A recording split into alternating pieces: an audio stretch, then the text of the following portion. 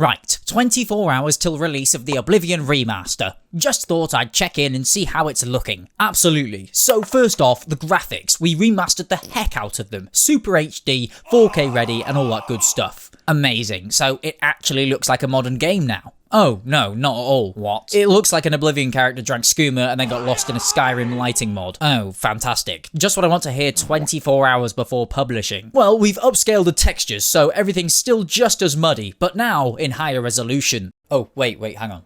That's better. Right, of course, because what players really want to see is what armor Shrek would wear, except in 4K. Exactly. And we preserved the charm of the original. Like the facial animations, all the NPCs still look like they're mid-aneurysm. That's haunting. What about the voice acting? Oh, great news on that front. We didn't re-record anything. Of course you didn't. So Patrick Stewart still phones in his 17 lines like he's narrating a cough syrup commercial. And everyone else still sounds like the same 3 guys doing the improv in a garage. No way anyone could get tired of hearing the same voice say, "You've got some nerve, criminal scum," 12 times in one town. Exactly. It's nostalgic. It's lazy. It's retro lazy.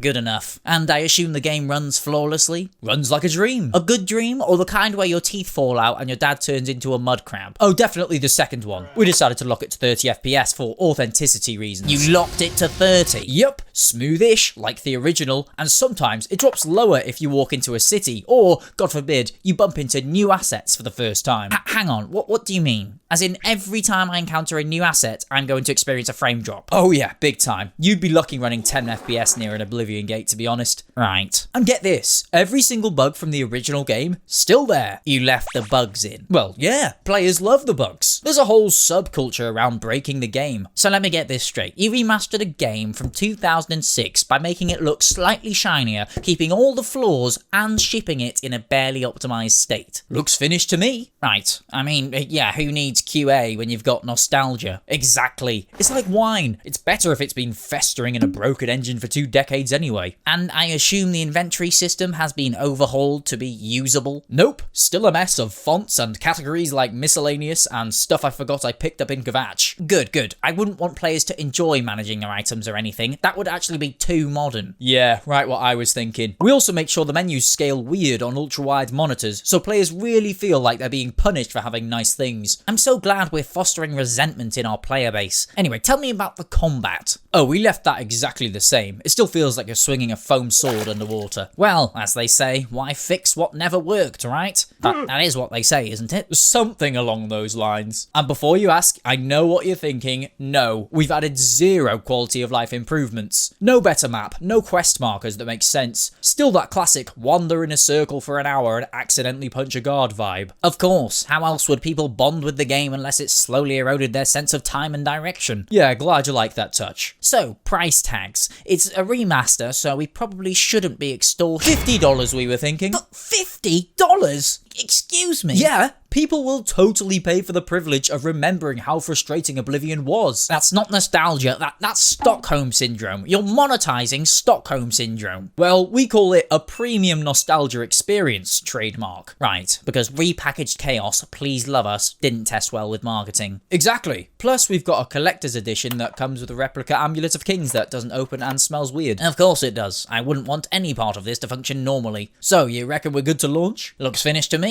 It's too late to stop this train now anyway. Might as well embrace this disaster and hope Todd Howard says something charming in an interview.